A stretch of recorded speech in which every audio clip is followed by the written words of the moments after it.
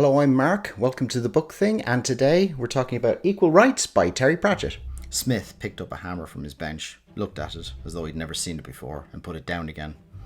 But, he said, if wizard magic's what she's got, learning witchery won't be any good, will it? You said they're different. They're both magic. If you can learn to ride an elephant, you can learn to ride a horse. What's an elephant? A kind of badger, said Granny. She hadn't maintained Forrest's credibility for 40 years by ever admitting ignorance. The blacksmith sighed. He knew he was beaten. His wife had made it clear that she favoured the idea, and now that he had come to think of it, there were some advantages. After all, Granny wouldn't last forever, and being father to the area's only witch might not be too bad at all. All right, he said. And so, as the winter turned and started the long, reluctant climb towards spring, Esk spent days at a time with Granny Weatherwax, learning witchcraft.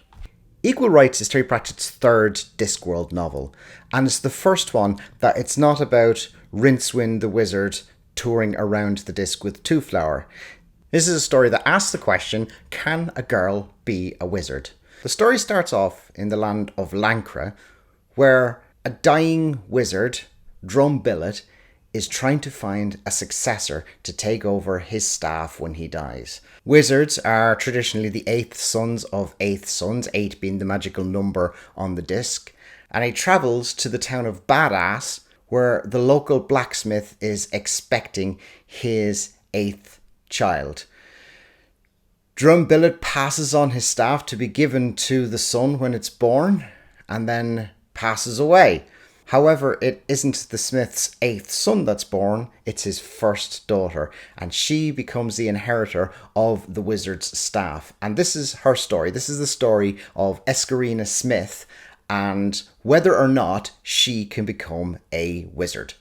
The other main character of the story is the local witch, Granny Weatherwax, who takes Esk under her wing as she starts to see magic develop in her and attempts to teach her witchcraft. And it soon becomes apparent that the witch magic that Granny Weatherwax knows is very, very different from the wizard magic that Esk has inherited.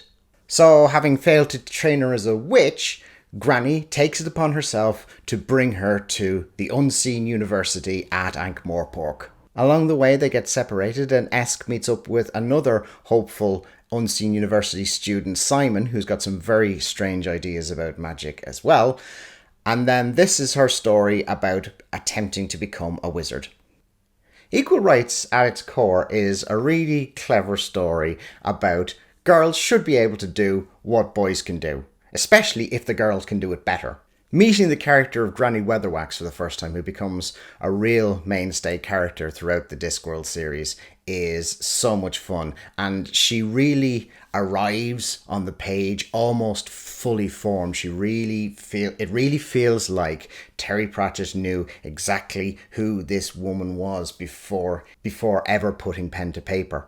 And in all of the novels afterwards that Granny Weatherwax is a primary character, she doesn't really change that much. The core part of the story about Eskarina trying to do what is seen as a man's job is really smart and clever. Esk as a character is a bit of a one-dimensional, precocious girl. She sort of feels like a proto-Tiffany Aching from the Tiffany Aching books that come much later on, but again, not quite so fully formed. The comedy has, again, stepped up a notch from where it was in The Light Fantastic and has some genuinely funny laugh-out-loud gags in it. The story is probably at its strongest when it is looking at whether or not Esk can get into Unseen University and her overcoming the prejudices that exist there. In the back end of the book, there is a need to introduce some jeopardy involving Simon, and again, back to, like it was in The Light Fantastic, the creatures of the dungeon dimensions.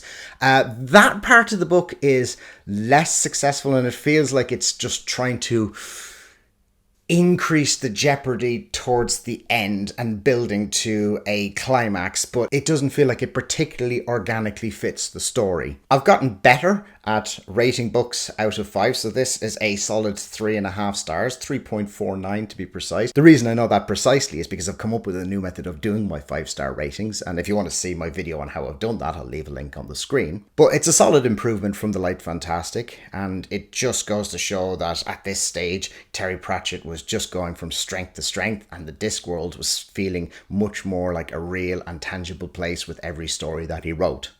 This is one of the books where I could say for the first time that this would be a good place to start on the Discworld.